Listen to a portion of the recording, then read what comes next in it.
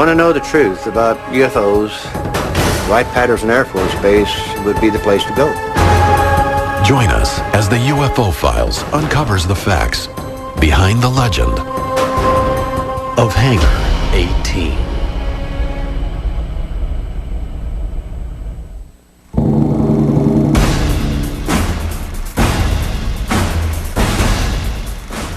July 1947, Roswell, New Mexico. Wreckage of an unknown craft litters a field measuring almost a mile long and hundreds of yards wide. The U.S. Army sends trucks filled with soldiers to the location. Their mission, to secure and retrieve everything from the crash site. The military initially calls the craft a flying disc in a press release. The Army quickly recants the UFO story, and a press conference is scheduled in which the media is told that the wreckage is nothing more than a weather balloon. But according to many UFO researchers, at the same time that the press is distracted with supposedly fake debris, the actual Roswell wreckage and possibly other retrieved items are taken under military control. They are surreptitiously flown almost 1,500 miles away to a military base in Dayton, Ohio, named Wright Field. According to UFO legend, its precise destination is a hangar on the base, Hangar 18. We know that stuff got shipped to Wright because of the testimony of the people who were involved in the shipments on both ends. A declassified FBI document dated July 8, 1947, the same week as the Roswell crash, also provides ties to Wright Field. The object found resembles a high-altitude weather balloon with a radar reflector. But that telephonic conversation between their office and Wright Field had not borne out this belief. Disc and balloon being transported to Wright Field by special plane for examination. Soon after the Roswell debris arrives, the class of 1947 from the military's elite airman training facility, the prestigious Air War College, is flown to Wright Field to investigate.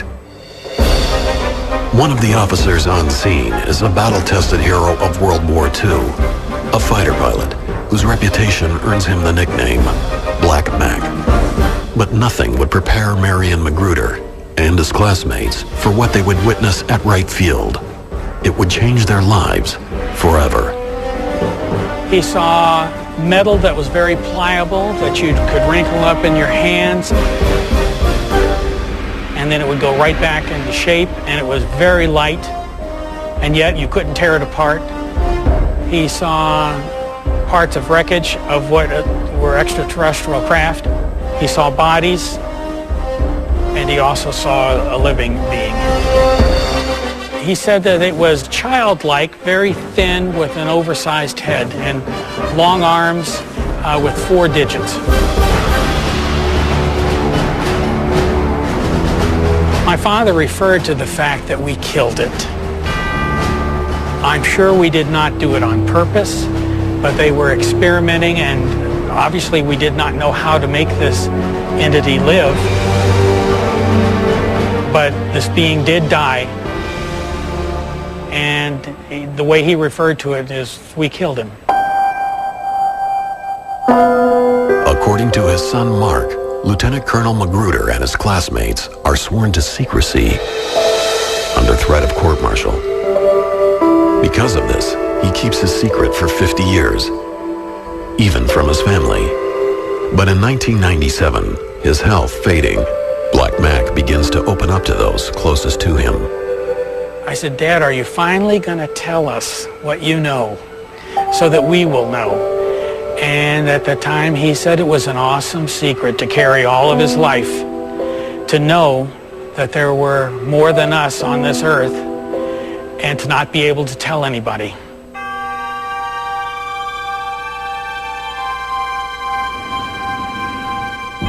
I've never told this story on TV before, and it's difficult to do it now because I want my father's legacy to be as honorable as his life was. And It's very important to me that you know that I'm telling you the truth as he absolutely knew it to be.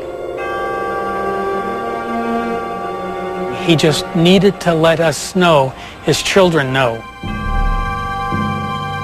that we weren't alone. Black Mac Magruder's story is not an isolated tale. In fact, for more than half a century, similar stories have surfaced about UFO wreckage, alien bodies, secret underground cryogenic chambers, and a mysterious hangar at the base. Wright Field would grow and be renamed Wright-Patterson Air Force Base, but questions about the base and its legendary Hangar 18 would remain. Hangar 18 has always been a mystery at Patterson Air Force Base.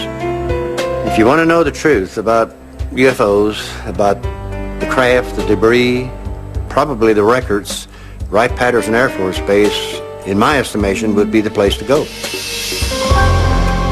If these claims are true, Wright-Patterson Air Force Base, one of the largest and most important in America's military, could be ground zero for recovered UFO material.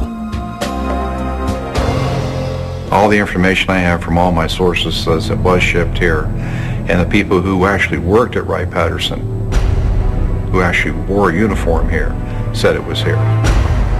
Wreckage, entire pieces of the craft and whole sections of the craft, bodies were brought in. In fact, bodies were brought in on a regular basis from a number of different crashes from Roswell on. Not only was debris from many UFO crashes allegedly shipped to the base, but from the late 1940s until the end of the 1960s, all reports regarding UFOs were conducted at Wright-Patterson for the military's official UFO investigation, Project Blue Book. Wright-Patterson evolved into one of the most talked about bases in UFO lore. However, the Air Force's description of the base is much different. Really what makes Wright-Patterson unique is we are, by and large, focused on tomorrow. What is tomorrow's Air Force going to look like? What kind of airplanes will we fly? What kind of weapons will be on those aircraft? What kind of technology will be in the cockpit? We have the Air Force Research Laboratory here. We buy all of the aircraft in the United States Air Force through the offices that are here.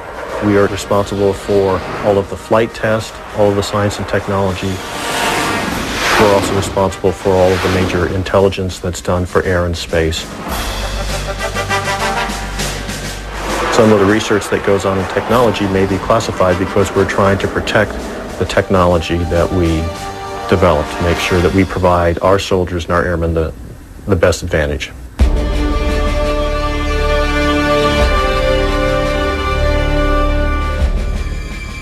Until the early 1990s, much of this scientifically advanced work was done by the Foreign Technology Division, or FTD, which many researchers believe is the key to understanding Wright-Patterson's role in UFO history.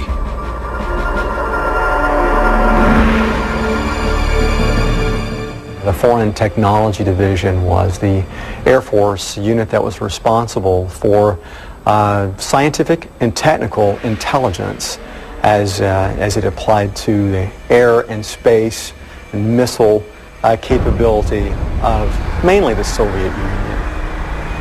They were there to prevent technological surprise.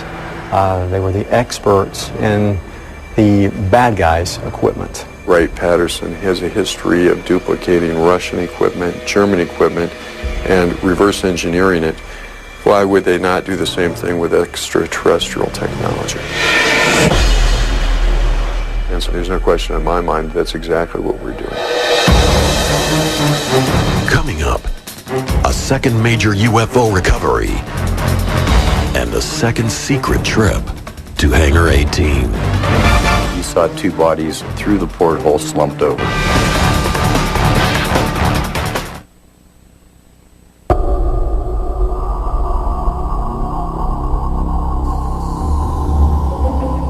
March 25th, 1948, Aztec, New Mexico. What starts as a normal day for local oil workers turns into an encounter with the unknown. As they approach the western edge of the mesa, a large silver object grabs their attention.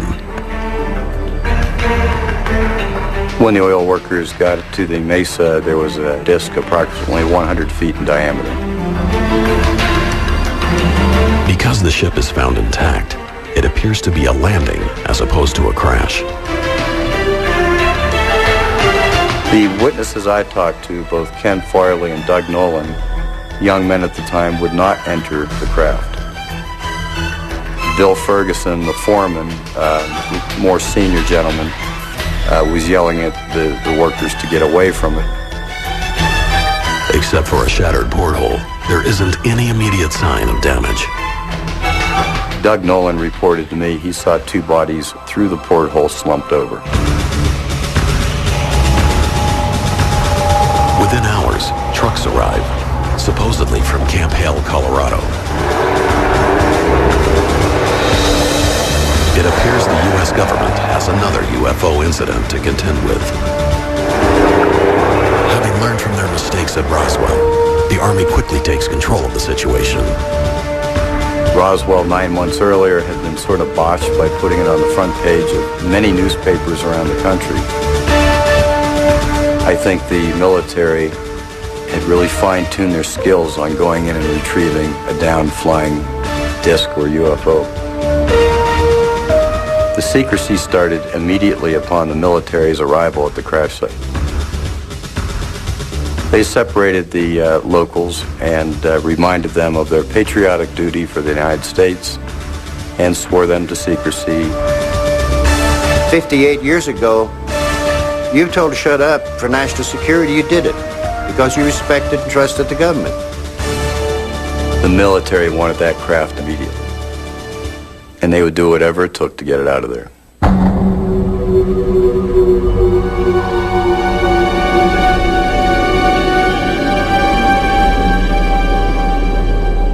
According to the eyewitnesses, the Army recovers between 14 and 16 badly burned alien bodies from the craft.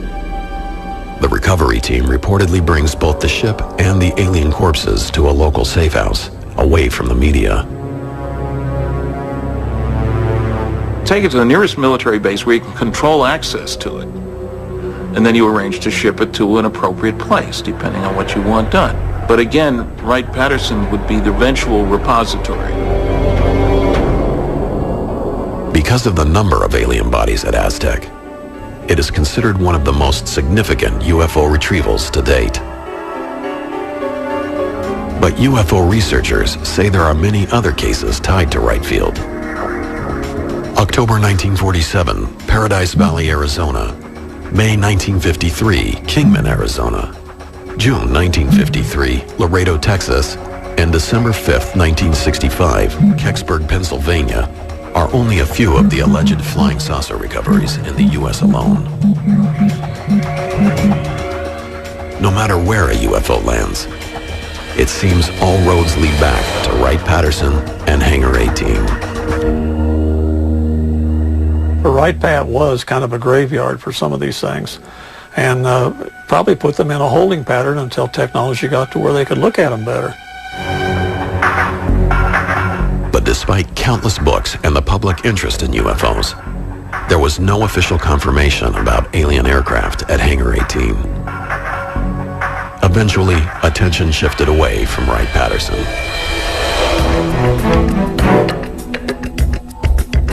Interest was revived, however, in 1978, when UFO researcher Leonard Stringfield gave a speech at the annual Mutual UFO Network, or MUFON Symposium, coincidentally held in Dayton, Ohio, Wright-Patterson's home. Len was doing things in this field that nobody else had done. He actually had developed a number of people that were leaking information to him. They were given testimony on things that they had seen and done. Not just one person, but a whole entourage of people that he developed a trust where people knew they could trust him and he wouldn't expose them, and they could give him the information and he could correlate it with others and determine what's real and what isn't. Stringfield wrote several books on the subject of UFO crashes and their retrievals. Because of the secrecy involved, Many of his sources didn't want their full names published for fear of losing their top secret government jobs.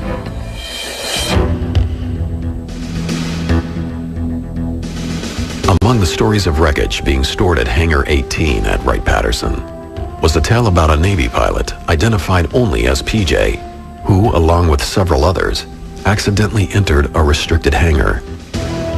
For a brief 30 seconds, a disc-shaped object of metallic color, 15 feet wide and 8 feet deep, was seen.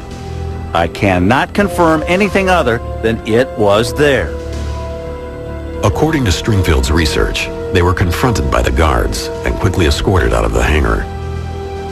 Once outside, we had reassured each other that the good old U.S. had developed, or had all along, flying saucers in service.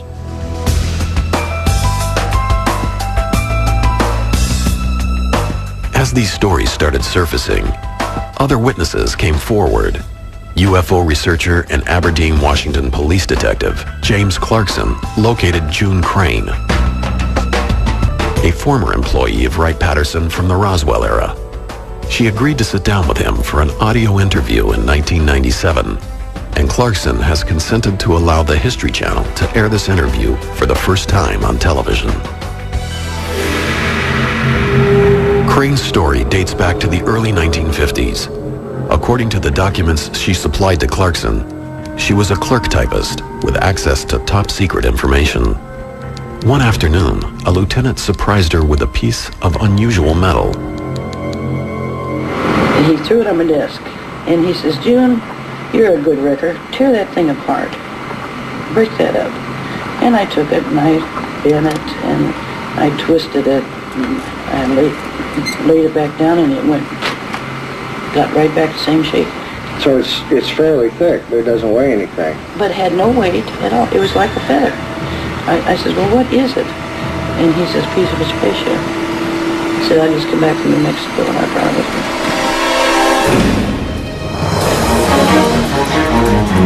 Next, from debris to aliens, June Crane's story takes a surprising turn. He called them little green men. Then he described them as a greenish blue. And they were 4 foot tall, and they were dead.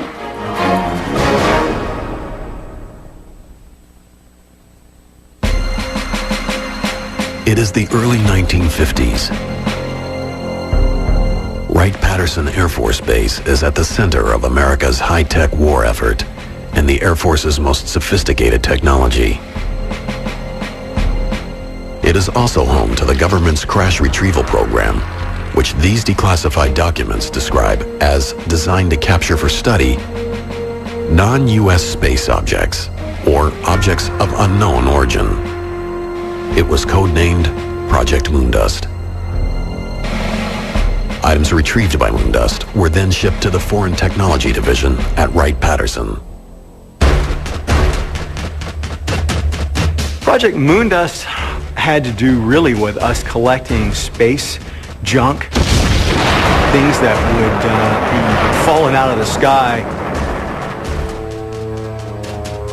when a Soviet satellite fell, when a piece of a Soviet missile or a space launch vehicle landed in an area that we could get to.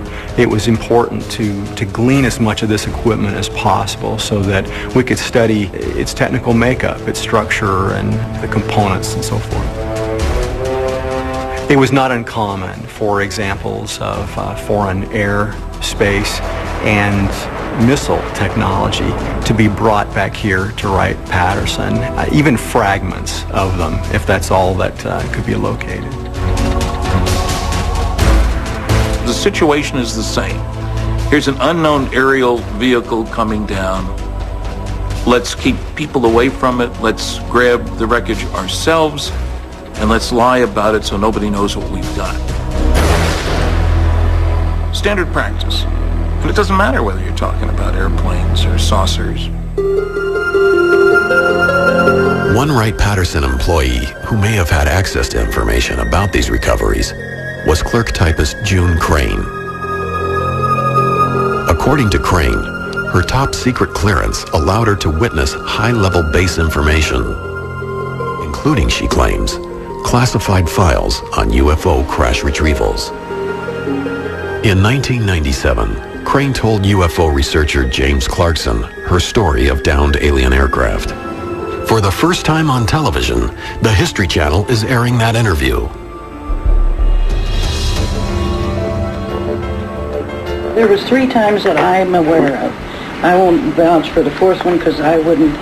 Are these 3 crashes that you heard about while you worked at Wright-Patterson? Well, one was the Roswell, and then there was 2 other ones. So as of 1952, they knew about 3 crashes Right. of vehicles that were probably extraterrestrial. Right. And then the one where they brought the 2 men into Wright-Patterson Air Force Base and put them in the icebox. I didn't see it because nobody was allowed to see it. Okay, when 2 little men... He called them little green men. Then he described them as a greenish blue. And they were 4 foot tall, and they were dead. And we're talking about non-humans. The non-humans, right. According to Clarkson, Crane had kept her silence for 45 years. At the time, she had been forced to sign a confidentiality agreement and was liable for a $10,000 fine. But by 1997, Crane changed her mind. In an email from Clarkson to UFO Files, he explains June had told him, "I'm 72 years old. What are they going to do, shoot me or put me in prison? I think I can handle either one."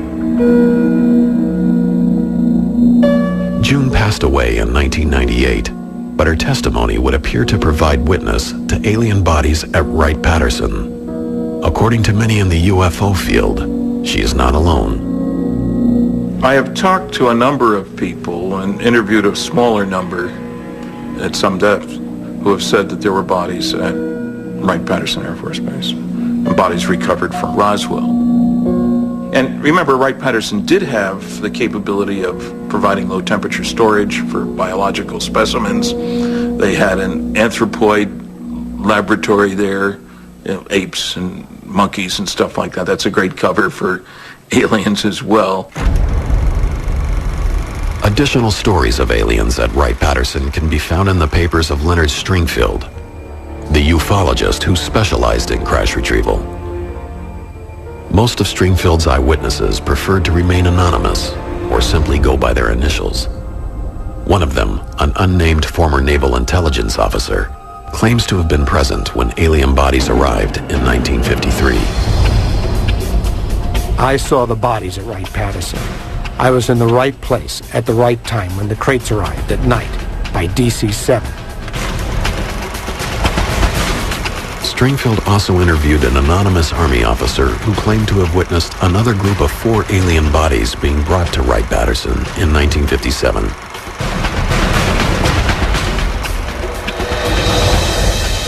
According to the general, the 4 bodies, approximately 5 feet in height, were sent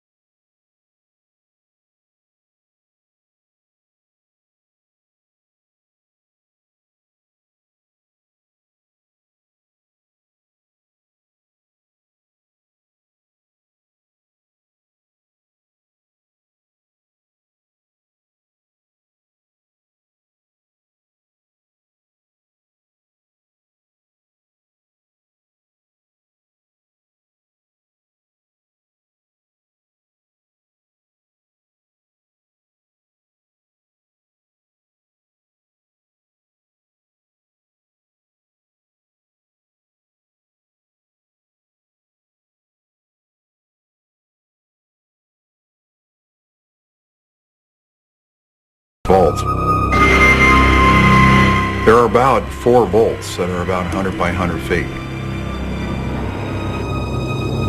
We found out that these things exist. The question is what was in them.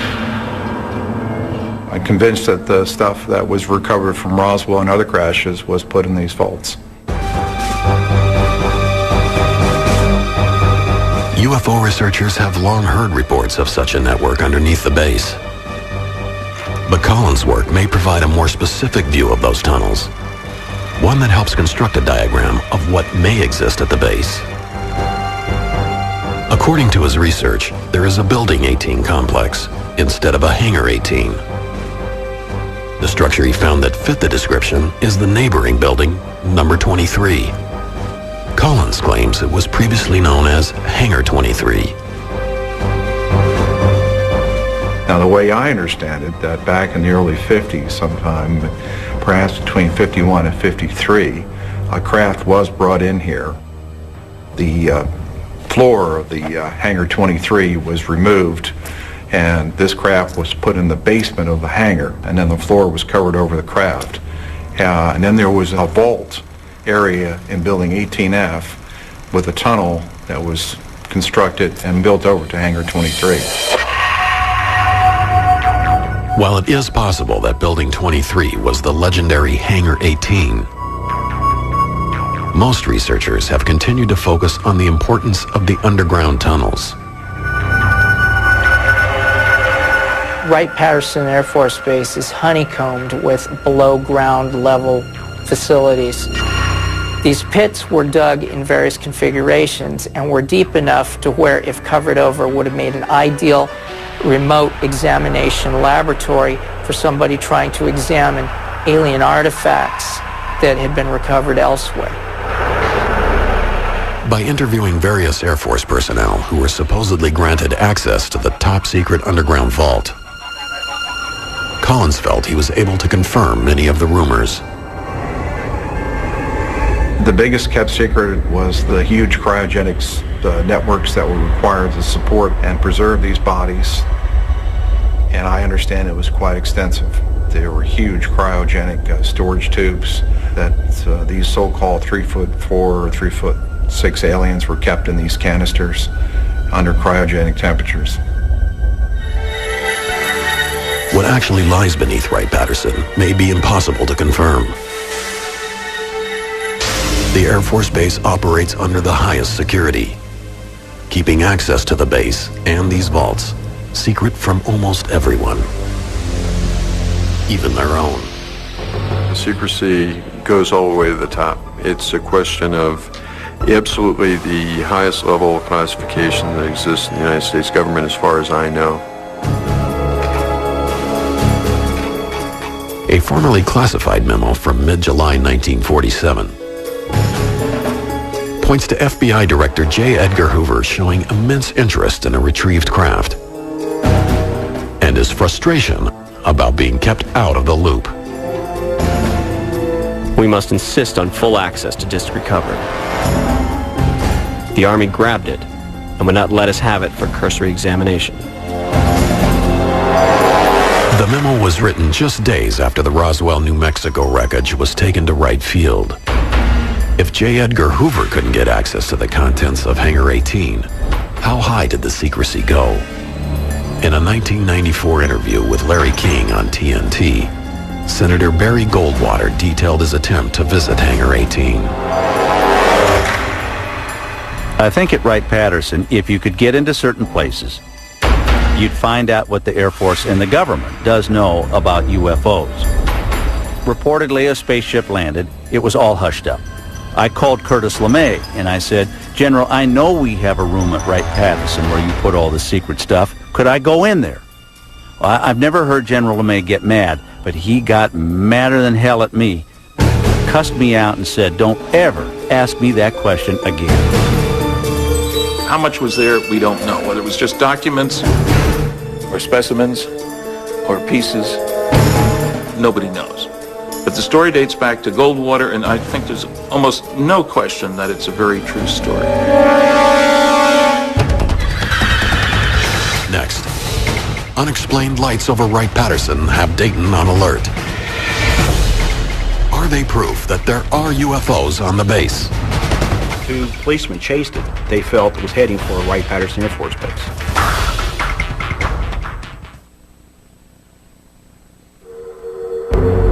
They are schematics, once classified as secret, designs of a craft that appears to be a flying saucer. Various unconfirmed stories have emerged of disc-shaped vehicles being developed at Wright-Patterson Air Force Base. But these declassified government documents from 1955 reveal that the Air Technical Intelligence Center at Wright-Patterson had in fact begun work on a disc-shaped craft named Project Silverbug. It was a circular aircraft about 35 feet in diameter, had a crew of one pilot, and was capable of a vertical takeoff at about 2,000 miles an hour.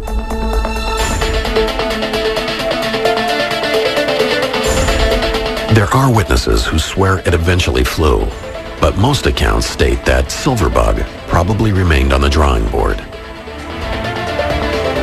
But Project Silverbug wasn't the only example of the military's interest in disc-shaped vehicles. 11 years later, a former pilot who was walking through the hangars at Wright-Patterson during a reunion of his squadron, the Flying Tigers, says he accidentally saw a similarly designed aircraft. Mr. Warren Botts, who had an inquisitive mind at the time, was going through these different hangar bays. When he got to hangar number 4, Bay E, he went through the doorway there. There was an armed guard at the facility who did not see him in the beginning. He started approaching the port main landing gear to investigate it, and that's where the guard stopped him, questioned his authority, and told him he was not supposed to be in there. But he did see a very large monster, his words, of an aircraft that was 116 feet in diameter, at least 12 feet off the hangar floor. Although the name of that specific project has never been disclosed, the U.S. military was apparently interested in a craft that could have looked like this. With Wright-Patterson's history of reverse engineering foreign technology, is it possible that some of the military's advances were gained from retrieved UFOs?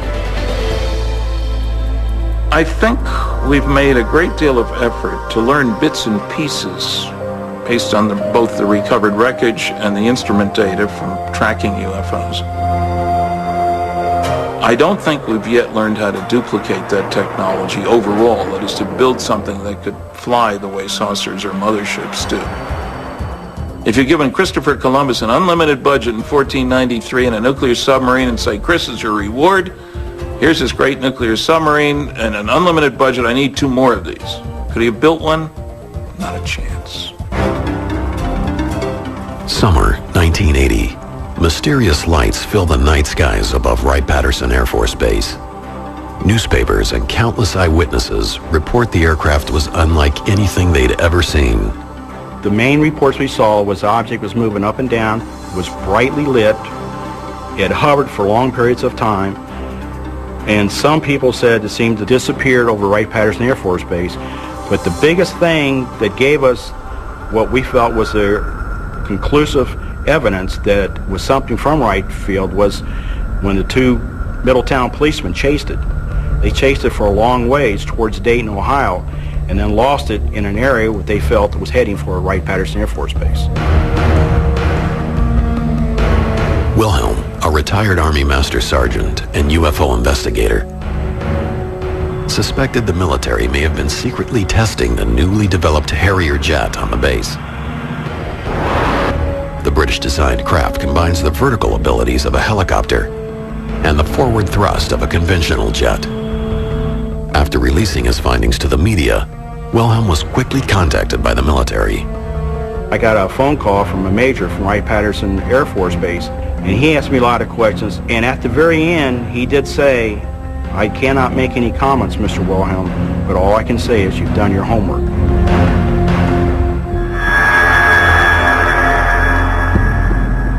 So a lot of things that people think they see that's strange doesn't mean that it's a craft from another world. Most of the time, it's our military developing some of our technology, which we need very badly. And it's the reason why they don't say a whole lot. And I commend them for them, and I back them up 100%. The Harrier incident raises another possibility about activities at Wright-Patterson.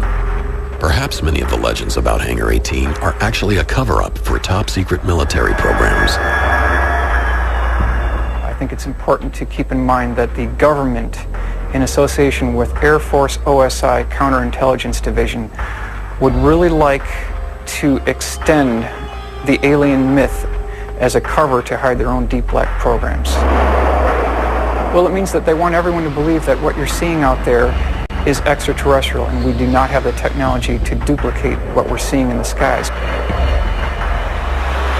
I think to the extent that they can confuse or disinform folks about flying discs and make it look like a terrestrial innovation, the more they'll do that. It's in the government's best interest to distribute disinformation if you want to keep a secret. The debate over Hangar 18 and Wright-Patterson Air Force Base may never be completely resolved. I would say upward of over 80% convinced that it's true. There was wreckage there. There were bodies brought there. Research was done here up to maybe 81 or 82, and then they packed everything up and moved it because of security leaks. That's when all the little stories about green men ceased, about that time frame. Most researchers speculate that any work being done involving UFOs at Wright-Patterson may have been relocated to another top-secret base, Area 51, the mysterious airfield hidden in the Nevada desert. Area 51 developed because of its location, away from anything. And Wright-Patterson is in Dayton, Ohio. It's in the middle of a major town. So I think Area 51 would have been the ideal location.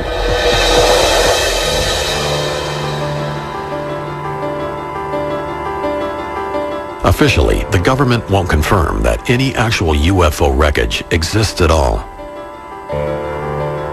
Despite the denials, there are government documents that indicate that wreckage from Roswell and other mysterious crashes were shipped to Wright-Patterson for purposes of examining the debris. Government programs existed that show the airbase had an interest in gathering any foreign space vehicles it could locate. In this documentary, you will see miraculous UFO footage that has been authenticated by top UFO. The documentary featured an extensive summary of the footage, the canisters containing the footage, an expert analysis from the likes of Stanton Friedman. One film expert noted in the documentary that the footage came in an old Soviet canister that had information labeled on it that was consistent with info written directly on the film reel. The numbers on the film's header matched the canisters they came. The header of the film had the crest of the KGB on it, and the term for top secret is shown in the first few seconds of this footage and image to the right. Having real-looking alien footage is one thing, but including the original film reel canisters means you are extremely close to proving 100% authenticity. This is something that has traditionally lacked in other more popular alien videos such as the widely known Alien Autopsy or the Alien Interview videos. Several KGB documents. In the documentary, several KGB documents are produced to prove the film is authentic, along with credible testimony from a former Soviet KGB operative who claims to know about the event. At first everyone believed that those debris were part of some novelty aircraft manufactured in the United States or England, said Pavel Klinchenkov, a former KGB operative, but having done some measurements material analysis, we came to the conclusion that none of the domestic or foreign manufacturers known to us could have produced this apparatus, at least not in the conditions existing on this planet.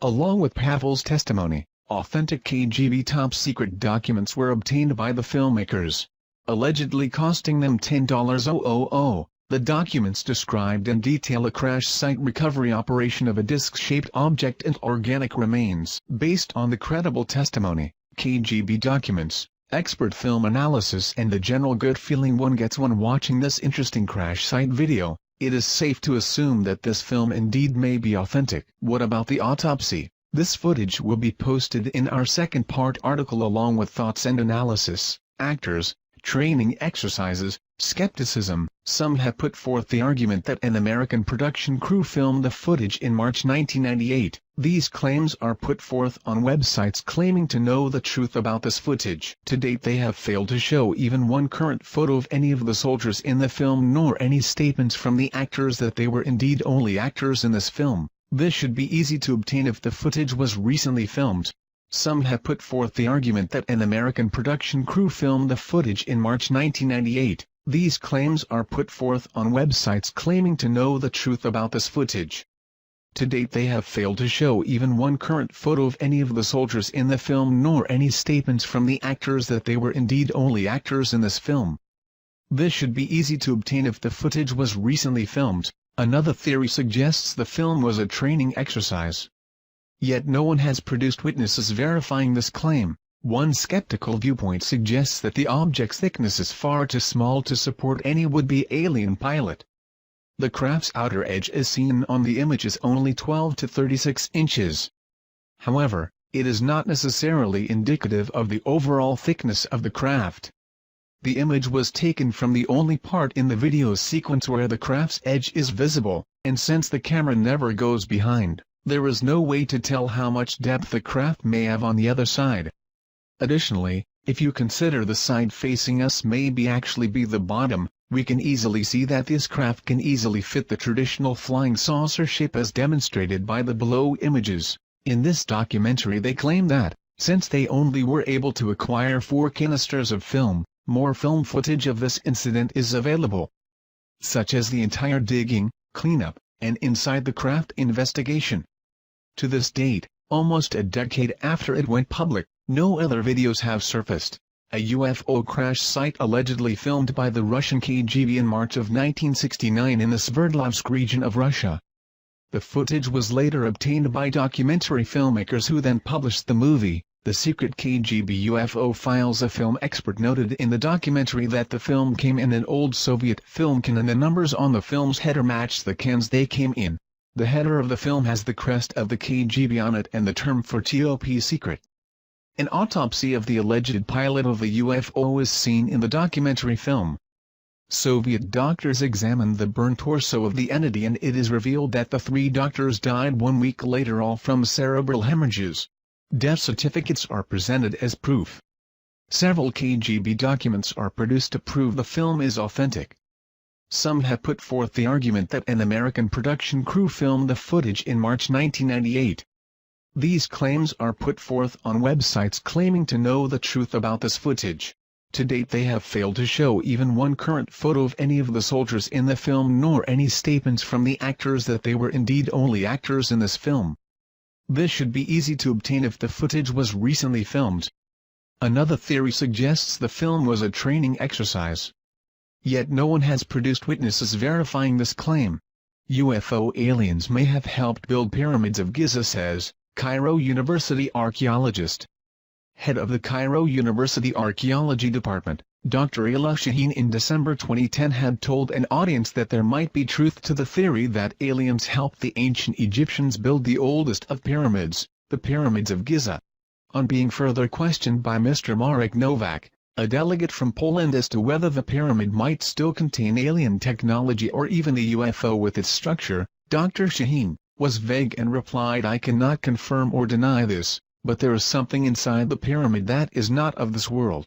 Delegates to the conference on ancient Egyptian architecture were left shocked. However, Dr. Shaheen had refused to comment further or elaborate on his UFO and alien-related statements.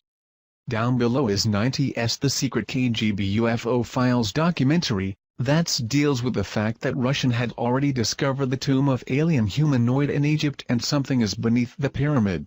The Secret KGB UFO Files documentary interestingly supporting the head of the Cairo University Archaeology Department, Dr. Ayla Shaheen, claim as well. Actually, ancient Egyptian writings very often talk of beings from the sky opening and bright lights coming down to teach them technology and give them wisdom. Many pictures and symbols resemble UFOs and aliens. Possibly aliens built the Great Pyramid. And these solid long-lasting construction techniques were adopted by the Egyptians. Ancient Egyptian legends tell of Tebzepi, or the first time. This is described as an age when sky gods came down to earth and raised the land from mud and water. They supposedly flew through the air in flying boats and brought laws and wisdom to man through a royal line of pharaohs. And of course, this was all thrown out the window when Christianity came along. Keep in mind that the gods were the one and only religion that there was. No other conflicting beliefs? Why? Well, because it was fact, not faith. The modern church would have you believe it's just a myth. But you have to ask yourself on the edge of Occam razor, what truly indeed is more likely? There has always been the question. How did the Egyptians feed and care for the 100,000 slaves that it would have taken to build the ancient structures like that of the pyramids in Egypt?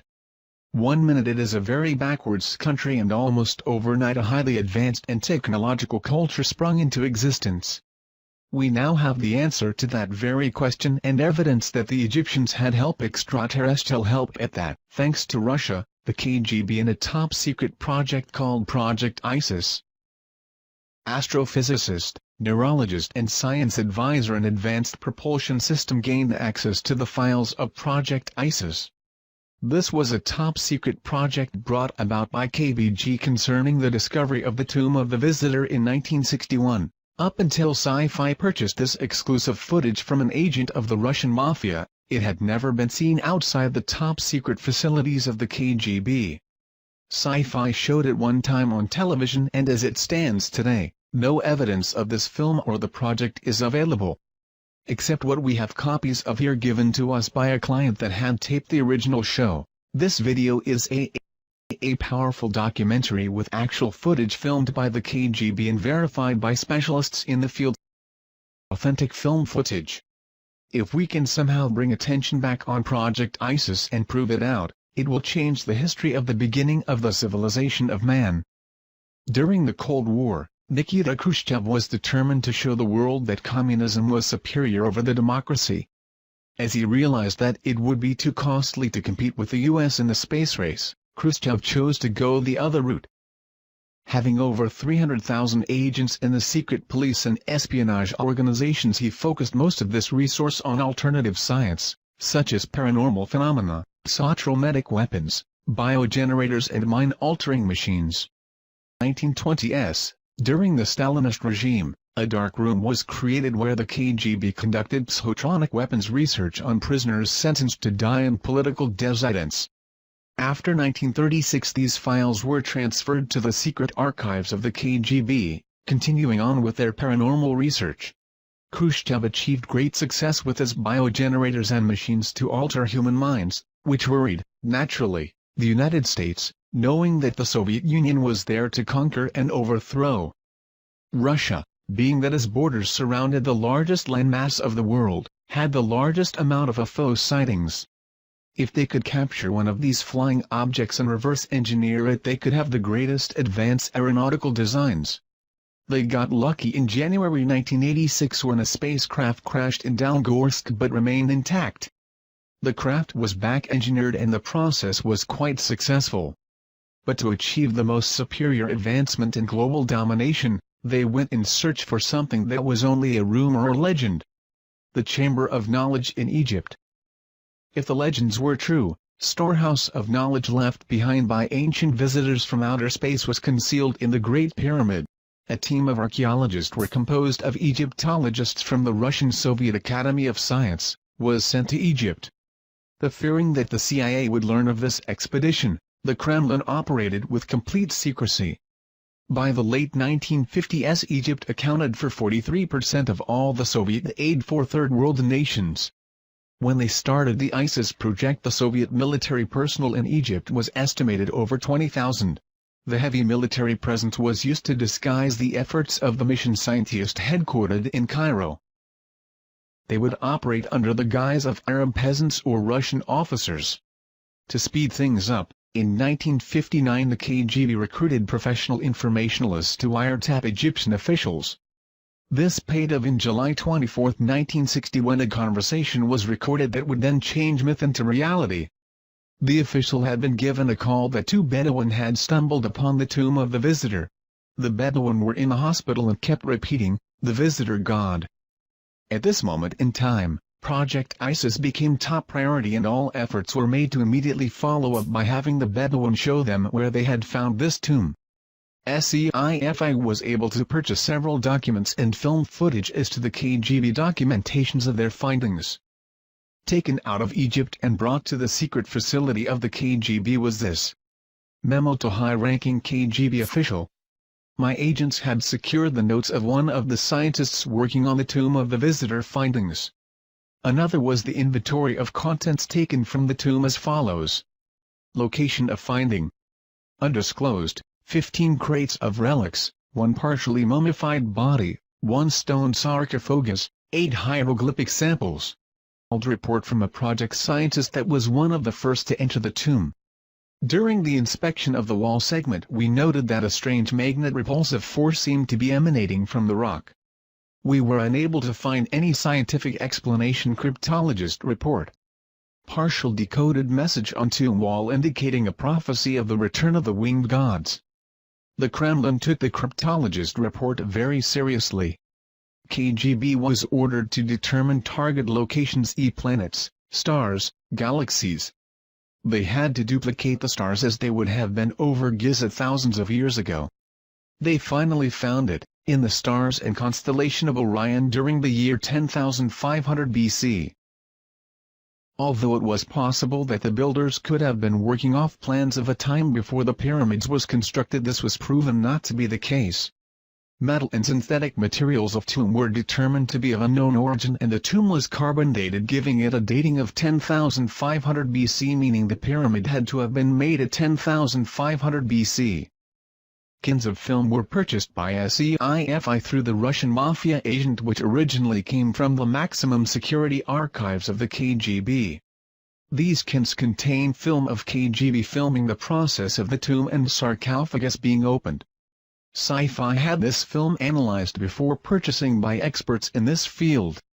Finding no evidence of fraud, SEIFI purchased cans of film. The documentary is in black and white, showing soldiers entering the tomb without gas masks. As they opened the sarcophagus, you can see toxic fumes escaping and the reaction of the soldiers as they were being affected. It also shows the mummy contained inside. The film shows the soldiers leaving the tomb fast, and then a chemical warfare specialist team comes in with protective clothing. There is talk from one that was there in the tomb, that the energy inside, during the first days of exploration, was very high. They also had a team of psychics go in and do some special readings of the tomb. It later goes on to show the KGB and Bedouin loading trucks with crates to be shipped back to Russia. According to KGB documents, researchers began to wonder if the pyramid was designed for one particular purpose. They thought it was possibly a machine, being that it was designed like a three-dimensional triangular depiction of a hemisphere. Their thoughts were there must have been a reason why it was designed for resonating with the planet. Their thoughts went to a prism, and that the pyramids have powers to alter the cosmic rays, that the pyramids are huge prisms capable of concentrating energy, capturing light from the stars, which would initiate a process which would turn the pyramid into an interstellar transmitter. The three pyramids and SPHNIX could be integral parts of an immense machine designed by alien engineers linked by a master control mechanism inside the Great Pyramids. They noted that the passageway goes to main chamber, and above the sarcophagus was a tunneled star shaft. They reasoned that when a specific star alignment occurs, a streak of energy goes down the shaft. Scientists speculated that the radiant energy hitting the sarcophagus could initiate something similar to a cold fusion reaction. The prism structure of the pyramid would then magnify and transfer to the corresponding pyramids. A united beam of energy could erupt, creating a cosmic beacon used by alien starship for future navigation. According to ancient legends all around the world, they all have the same thing in common. The visitors were like men but more like gods. They were giants. They traveled among the stars. They brought us the knowledge. Legends of the first emperors of China were called the Sons of Heaven and made the first pyramids of China. Mexico and Yucatan have similar legends.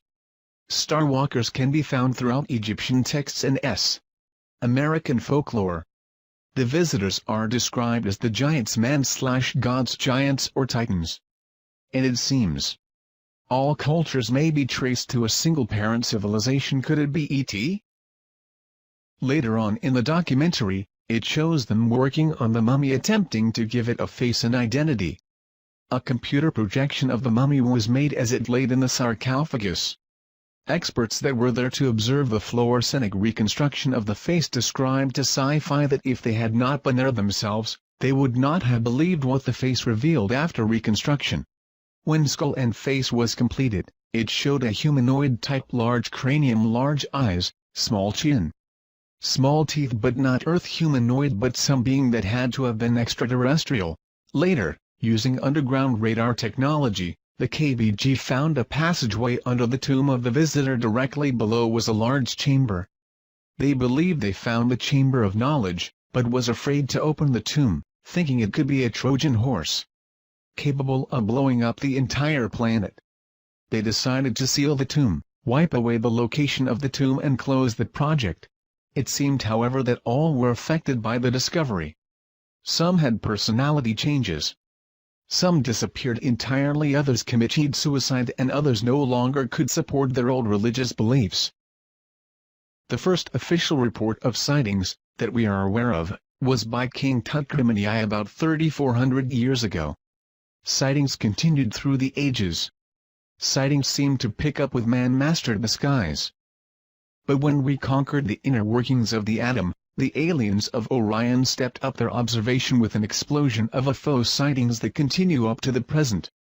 UFO abduction reports began to sweep around the world in the early 60s. A pattern was developing, with nearly all abductees reporting physical examinations, insertion of objects, and artificial inseminations. Many women abductees believed they were being impregnated to give birth to alien hybrids. In the last decade, reports such as these have risen dramatically. It may be highly likely that the genetic colonization program that started back in the ancient times has resumed. The question was asked, could they be cloning themselves by implanting their alien genes into human DNA? Are humans being transformed into an alien species through genetic engineering? The ancient Egyptians have always said that our DNA came from the heavens and that someday they would return. Did the KGB discover the truth in the chamber of knowledge about the true agenda of the ET? And what was discovered on the wall of the tomb of the visitor prophesies that they would return. But when?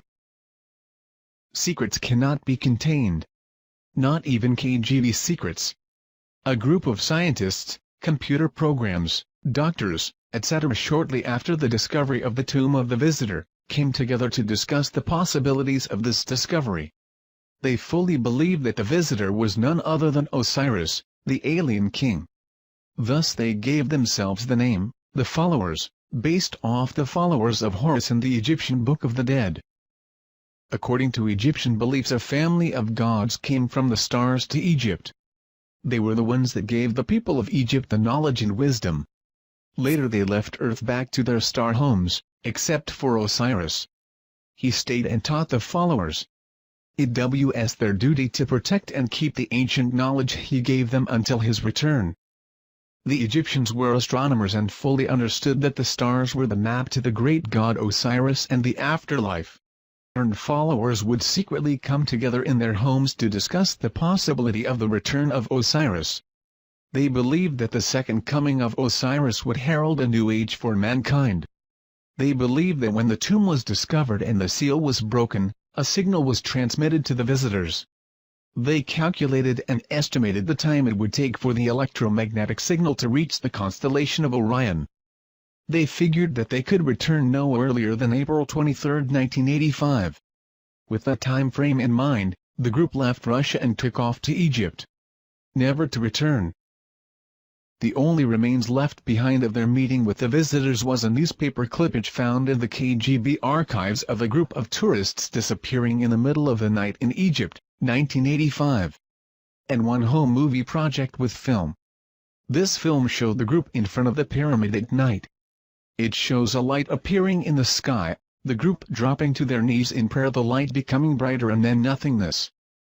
A daughter of parents that were part of this group was shown the home video by the SCIFI team, of which she recognized her parents and burst into tears. Did anyone happen to see a documentary on sci-fi called Secret KGB UFO Files? I happened to catch this yesterday, and while I'm leaning to the side of skepticism, I have to admit that it was intriguing. Basically, the story goes, in the early 60s the KGB discovered a tomb at the Geyser Plateau containing an EBA. Luckily there was film footage, haha. The grainy film contained footage of archaeologists dressed in KGB gear opening the tomb of what was thought to be an ancient Egyptian king. When they do, toxic smoke overcomes one of them and the other two run out. It is later learned that the body isn't human. The footage looked as if it had been produced to look old. Also included were shots of psychics levitating in the tomb. One thing that caught my attention is the archaeologist that was supposed to have been claimed by the toxic smoke was later helping move crates of evidence down some stairs. Despite the curious film footage, the documentary was very interesting and had me glued from the jump. For decades, American agencies have stockpiled information on UFOs. So did their counterparts behind the Iron Curtain. Soldiers, scientists and spies all paint a disturbing picture of the KGB's secret campaign. Is this the stunning proof that the Soviets recovered something not from this earth? When U.S. researchers began looking into just how much the Soviet government knew about UFOs and extraterrestrial visitation, they were not surprised to learn that the Russians took the subject very seriously. What they didn't expect was evidence of ancient alien visitation, paranormal properties associated with related artifacts, and most shocking of all, of a mass abduction in 1985, among the piles of materials obtained from former Soviet spies. Some extremely puzzling and disturbing documents and film footage surfaced confirming rumors, which had been circulating for decades. In the late 1950s and 60s, the Russians became very interested in a number of unusual and newly discovered archaeological sites in Egypt by interpreting ancient symbols. One of those sites was believed to contain the remains of a life form not from Earth. Startling top-secret film footage, never before seen outside the Kremlin, confirms the Soviet mission to recover and analyze these remains. Join host Roger Moore in an exclusive investigation into one of the most compelling events of our time.